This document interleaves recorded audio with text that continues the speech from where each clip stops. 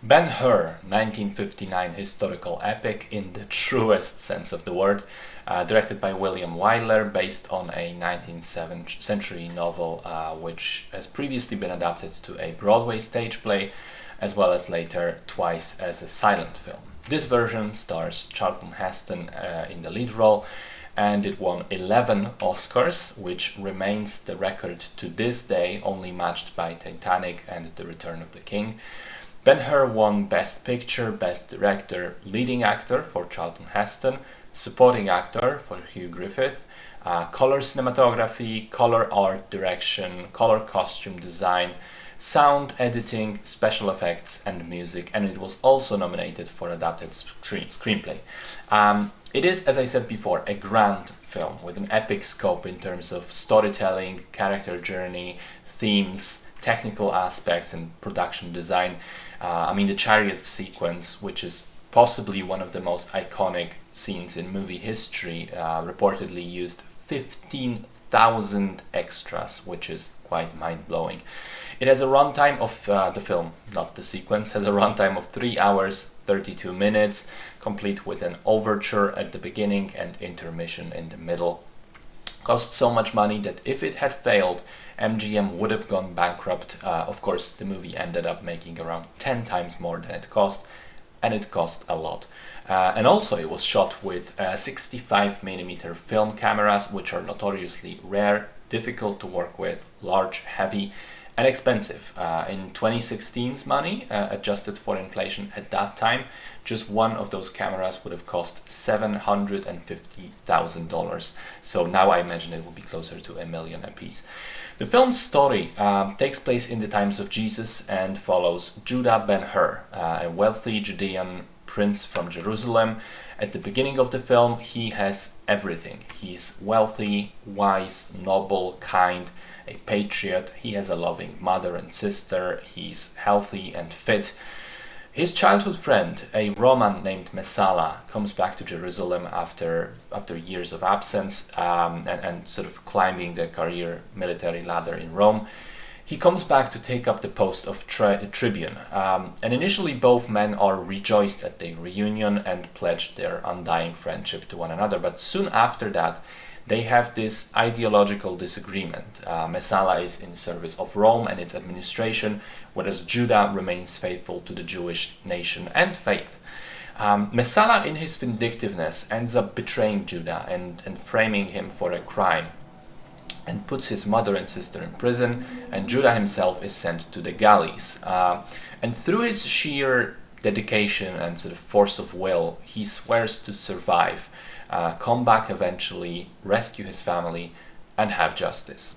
So, a fantastic hero journey in which the protagonist struggles with his morality for the entire time. It's very interesting because Judah is clearly a noble, moral man, consistently shown to go out of his way to help others and save people's lives, but he is sustained by his hatred for Messala, and towards the end of the film he kind of lets himself be consumed by vengeance, which threatens to take away his entire remaining humanity.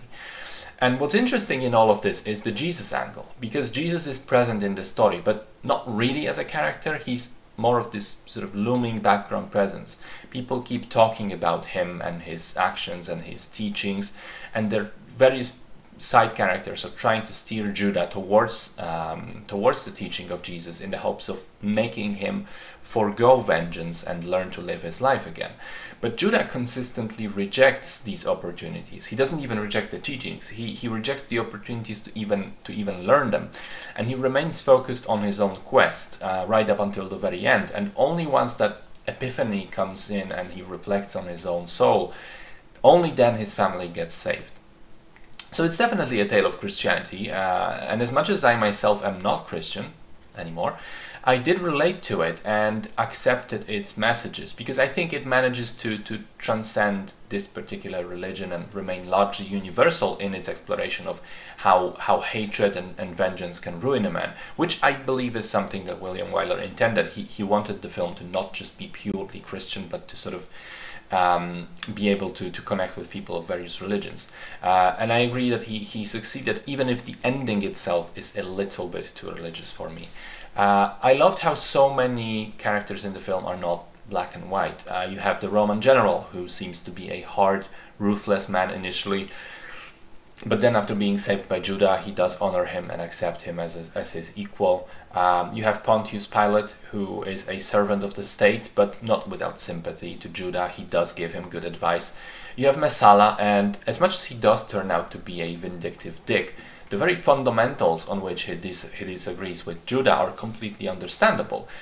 When they argue, you can absolutely appreciate that each of these men has a point and a reason to follow their own philosophies and their viewpoints, which makes it, of course, all the more tragic that this is an unsolvable conflict, really. And then there's also the gay undertone. Apparently, one of the writers, Gore Vidal, and the director had this idea that part of the conflict stems from the fact that Judah and Messala used to have a romantic relationship in their youth, which ended, and Messala is kind of bitter about it. And they've told Stephen Boyd about it, so that he played Messala with this knowledge. But interestingly, they didn't mention this to Heston, who I think wasn't progressive enough to roll with it. So you have this understated possible backstory that isn't explicitly stated, but surely does color some of the scenes between the two men. The performances across the board are fantastic. You buy every character, even though some of the casting is admittedly problematic by today's standards. I mean, Charlton Heston is a blue-eyed, blonde dude playing a Jewish prince. And Hugh Griffith, a British man, plays an Arabic sheikh in what I think is brownface. Although, I have to make this point. You have to understand that this is what Hollywood was at the time. And yes, it's important to recognize that these characters should have been played by ethnically appropriate actors, but at the same time, I don't think we should condemn these old movies by today's standards. The fact that the casting rules were dumb at the time doesn't mean that Heston or Griffith are bad in their performances. And it doesn't mean that the movie is somehow worse. I mean, recognize these aspects of Ben-Hur and other films, but be able to enjoy them nonetheless. In terms of production design and how the movie looks, well, watching it feels like stepping back in time to a completely different era of filmmaking in the best possible ways. The film was crafted magnificently. The colors, the sets, the costumes, the way the scenes are so thoughtfully framed with super wide lenses, which apparently was initially a big problem for William Wyler. He was not used to this large, very wide film format, and he complained that the frame is so huge that he needs to fill it somehow, not to just have two small characters and a lot of negative empty space in it, but at the same time he didn't want to crowd the frames with distracting unnecessary elements. I think he succeeded at striking a good balance, because the movie does an excellent job of directing your attention to the elements that matter.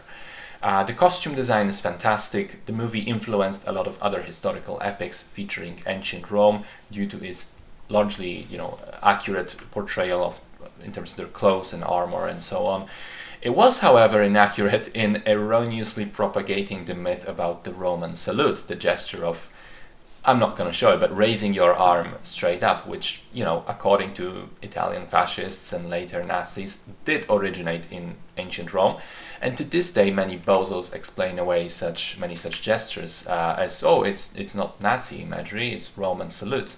Guys, read up on it. There is absolutely zero evidence that Romans greeted each other this way, and it all comes back to a 19th century French painting, or an 18th century even, where the artist just depicted some soldiers this way because he made this up, and everyone else just rolled with it.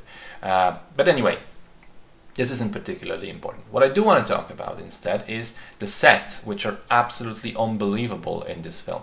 The full-scale racing track is a prime example, and of course the chariot sequence is something that quite literally couldn't be made today and will never be made again. I feel confident in saying that.